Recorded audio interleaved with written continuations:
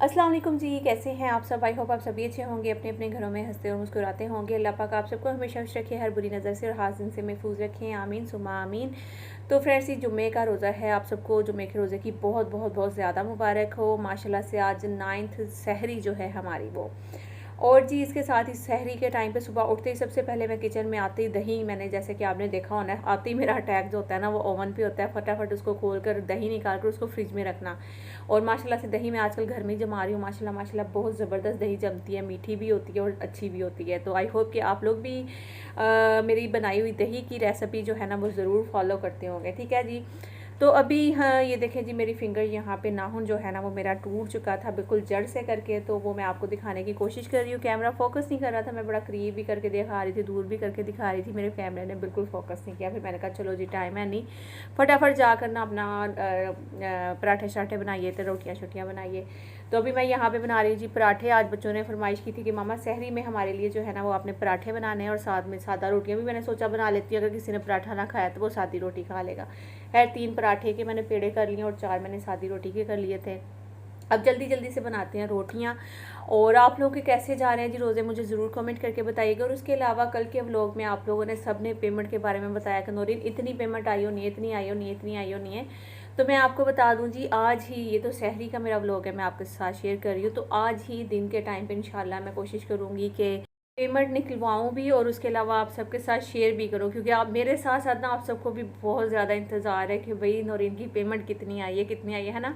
तो मुझे भी बहुत ज़्यादा इंतज़ार है, क्योंकि भाई हमने की है मेहनत, इतनी मेहनत की है, दिन रात मेहनत की है, रज रज के मेहनत की है। एक व्लॉग बनाने में, एडिट करने में, उसको अपलोड करने में भी बड़ा टाइम लगता है, मेहनत लगती है। तो खैर जी, जैसी पेमेंट आएगी तो फिर मैं आपके साथ ज़रूर शेयर कर दूँगी। पेमेंट तो आ चुकी है, निकलवाऊँगी तो फिर मैं आपके साथ शेयर करूँगी, ठीक है ना। तो बस जी यहाँ पे मैंने बच्चों के लिए जो है ना वो अच्छे से करके पराठे बनाने थे, क्योंकि उन्होंने कहा था कि मामा हम पराठे बाहर से लेकर आएंगे। मैंने कहा था नहीं, मैं घर पे ही बना कर दूँगी और अच्छे वाले पराठे बना कर दूँगी। इसलिए मैं कोशिश कर रही थी कि अच्छे वाले बलों वाले पराठे जो है ना, कोई लेयर्स वाले, वो उनको लच्छादार पराठे, इस टाइप के कुछ पराठे बना कर दूँगी ताकि वो खुश हो जाए। तो बस उस हिसाब से मैंने पेड़े कर लिए थे। यहाँ पे किचन में बर्तन काफ़ी ज़्यादा फैले हुए थे इधर उधर, जो कि रात को मारिया वाश करके चली जाती है। मैं सोच रही थी कि उनको पहले सहरी करके तो फिर उसके बाद जो है ना अपनी अपनी जगह पे सेट करूँगी, क्योंकि इस तरह से आपको पता है टाइम, फिर सहरी के टाइम पे जल्दी उठ जाओ या लेट उठो तो एक ही काम होता है, सबसे पहले जो है ना अपनी सहरी रेडी करना, और लस्सी वगैरह बनानी होती है, सादी रोटियां बनानी होती है। आज ज़रा थोड़ा सा जो है वो अलग था और कुछ स्पेशल भी था, वो यही था कि भी पराठे और साथ में शामी कबाब। बस दुआ ये है कि अल्लाह करे कि सारा दिन हसन का अच्छा गुजरे, हसीब का अच्छा गुजरे, क्योंकि उन्होंने आज पराठों की फरमाइश की है। और हमेशा इसी तरह होता है कि हम लोग जब भी सहरी में पराठा खा लेते हैं ना तो सारा दिन बहुत ही बुरा गुजरता है। तो मैंने उन्हें मना भी किया था, लेकिन उनका शायद दिल कर रहा था, तो इसलिए मैंने कहा कि चलो ठीक है मैं बना दूँगी। तो बस जी यहाँ पे हमारे पराठे भी बन चुके हैं, सादी रोटियाँ भी बन चुकी है, बस ये एक लास्ट पराठा है। उसके साथ ही मैं साथ ही जो है ना वो किचन का जो काउंटर है ना वो भी क्लीन कर दूँगी, और सारे काम वगैरह अपने अपने साथ साथ समेट दूँगी।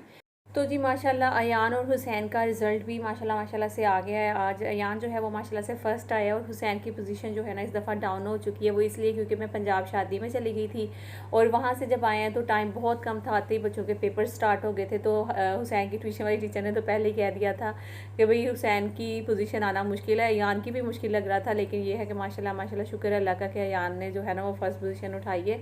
तो आज इनकी बुक्स वगैरह भी लेने के लिए जाना था, तो मैं सोच रही थी कि बस आज ही जो है ना वो पेमेंट भी निकलवाऊंगी, और आज ही जो है इनकी बुक्स वगैरह भी ले लेंगे, जो काम करने वाले हैं वो भी सारे कर लेंगे। तो बस जी यहाँ पे शामी कबाब भी हमारे रेडी हो चुके हैं, आप लोग देख रहे हैं कि साथ ही मैंने जो अंडा बच गया था वो भी मैंने सोचा साथ ही बना लेती हूँ। चाय वगैरह भी मैंने रख ली थी, और बच्चों के साथ अभी मैं जाकर दे आती हूँ बच्चों को ना। तो यहाँ पे जी चाय को मैंने अच्छी तरह से 3-4 जो बॉयल है ना वो दिला दी थी, और एक ही कप चाय का बनाया, क्योंकि वो भी सिर्फ हसन के लिए उसने फरमाइश की थी कि पराठे के साथ चाय शामी वगैरह ना।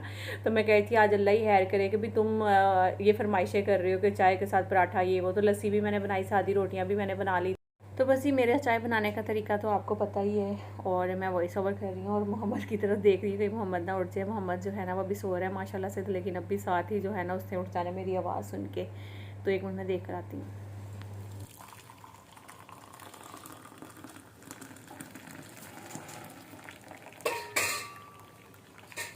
तो जनाब मोहम्मद को दोबारा से सुलाकर अभी आगे दूसरे वाले रूम में मैंने सोचा कि वॉइस ओवर कंप्लीट कर लूँ। और यहाँ पे बस जी माशाल्लाह माशाल्लाह से बच्चे पराठे खा रहे थे, और साथ में शामी, और मैं बार बार एक ही दुआ कर रही थी कि अल्लाह करे तो हम लोग का रोज़ा आज का अच्छा गुजर जाए, क्योंकि ये हमेशा का हमारा एक्सपीरियंस रहा है कि जब भी हम लोगों ने पराठा खाया ना सहरी में, उसी दिन इस तरह से हुआ है कि भाई जनाब हमारा पूरा दिन ही अच्छा नहीं गुजरता है, मैंने तो पराठा नहीं खाना है। तो मैं इनको बार बार कह रही थी कि भाई तुम लोग माशाल्लाह माशाल्लाह से जितना पराठा खा सको ना उतना ही खाना, ज़्यादा नहीं खाना, ऐसा ना हो कि तबीयत ख़राब हो जाए। है अयान ने तो सादी रोटी ले ली थी, क्योंकि उसने कहा कि नहीं मामा मैं सादी रोटी ही लूँगा और साथ में लस्सी लूँगा। और वो खाता भी पता है किस तरह से, जैसे ये देखें चाय में बच्चे डिप करते हैं ना, इस तरह से वो लस्सी में डिप करके रोटी खाता है। तो है जी माशाल्लाह से सब ने सहरी कर ली है अपनी। तो अभी बस अजान हो जाएगी, जब तक मैंने सोचा कि जल्दी से बर्तन वगैरह जो टेबल पे पड़े हुए हैं इनको समेट लेती हूँ, वॉश करके रख देती हूँ, और साथ ही अपना जो दूसरे काम है ना वो भी कर लेती हूँ। तो यही रहता है ना सहरी के टाइम पे, तकरीबन आप सबकी रूटीन भी यही होगी, क्योंकि सहरी करने के बाद नमाज़ वगैरह कुरान वगैरह पढ़ने के बाद सभी तकरीबन सो जाते होंगे। तो मैं भी इसी तरह से करती हूँ कि जैसे सहरी होती है फटाफट से बर्तन समेटे, किचन क्लीन किया और फटाफट बस अपना नमाज वगैरह पढ़ी, कुरान पाक पढ़ा और उसके बाद फिर सो जाती हूँ। फिर दोपहर में 12-1 बजे इस तरह से हम लोग उठते हैं।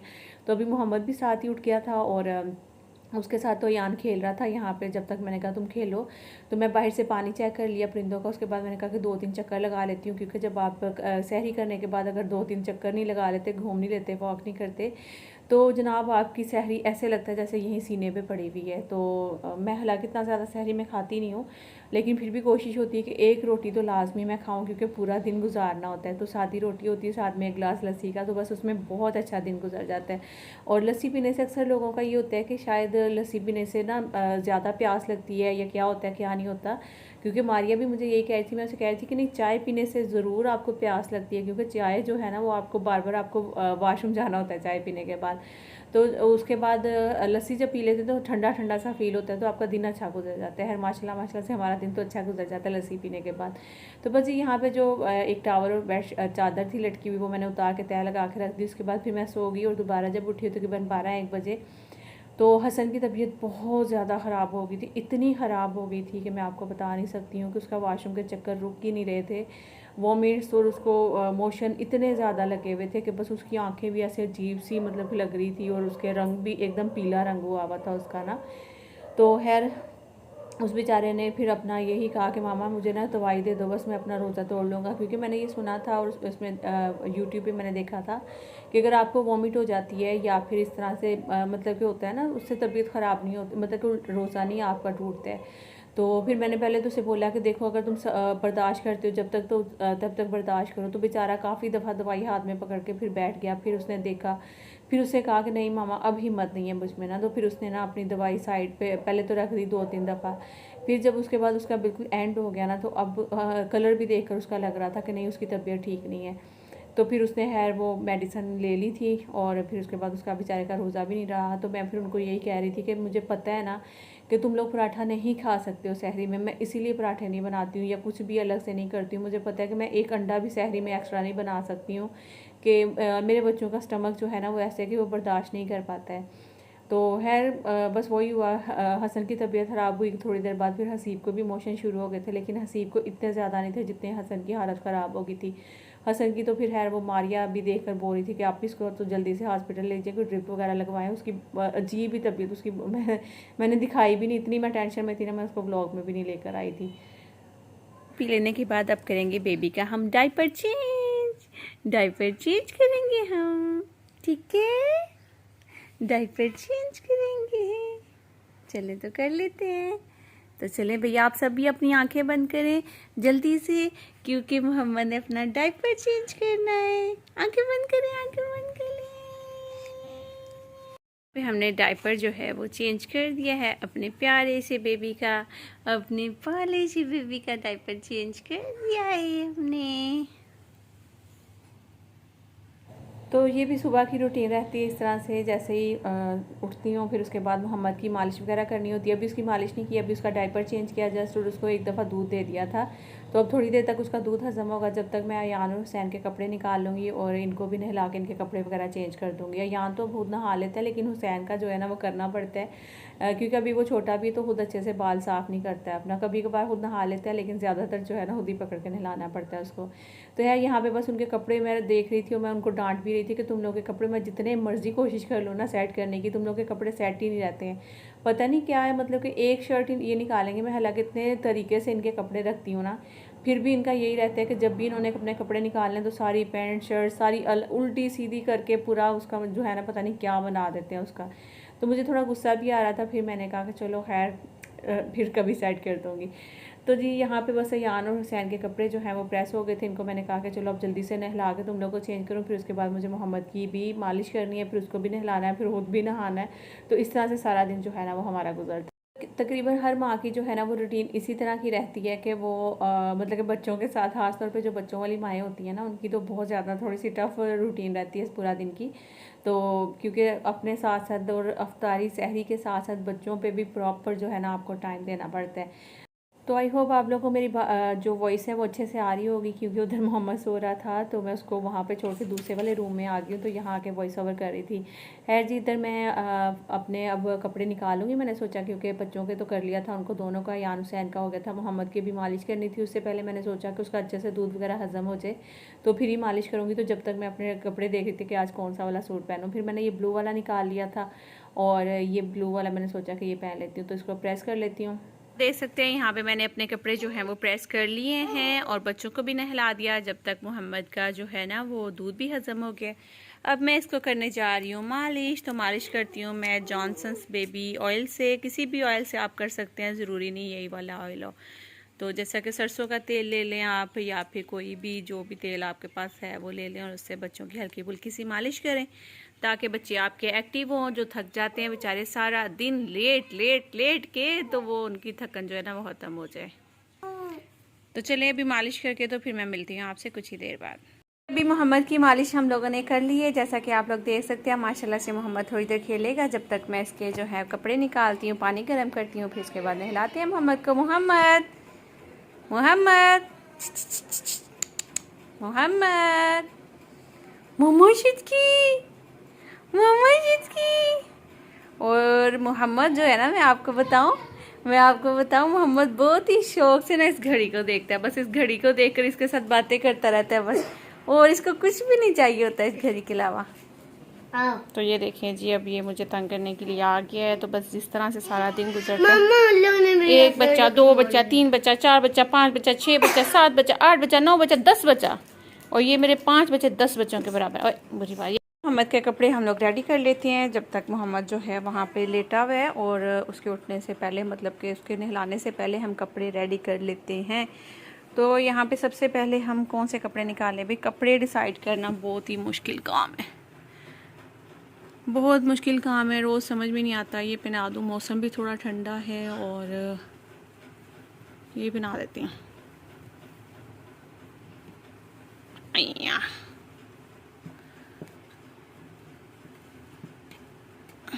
ठीक है, तो ये वाली शर्ट बना देते हैं मोहम्मद को, इसके साथ ये वाली पैंट, सही है, ये पैंट शर्ट और एक डाइपर।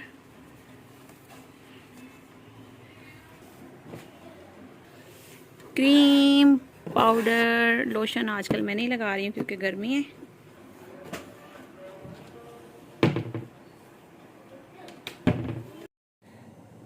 तो जी माशाल्लाह से मोहम्मद की मालिश करके उसको थोड़ी देर के लिए छोड़ दिया था, फिर उसके बाद उसको नहलाया। मैं उसके कपड़े चेंज करने जा रही थी, तो मैंने कहा कि उसके कपड़े चेंज कर लूँ। और यहाँ पे माशाल्लाह इतना कोई कुटू पुटू लग रहा था मेरा बच्चा माशाल्लाह से, अल्लाह पाक नज़र बद से बचाया। आप लोग भी माशाल्लाह बोल दीजिएगा, और मुझे कमेंट भी आता था, नौरीन आप ना एक साइड पर माशाल्लाह ज़रूर लिखा करें। जो नहीं पढ़ते तो वो देख कर उसको माशाल्लाह पढ़ लेंगे।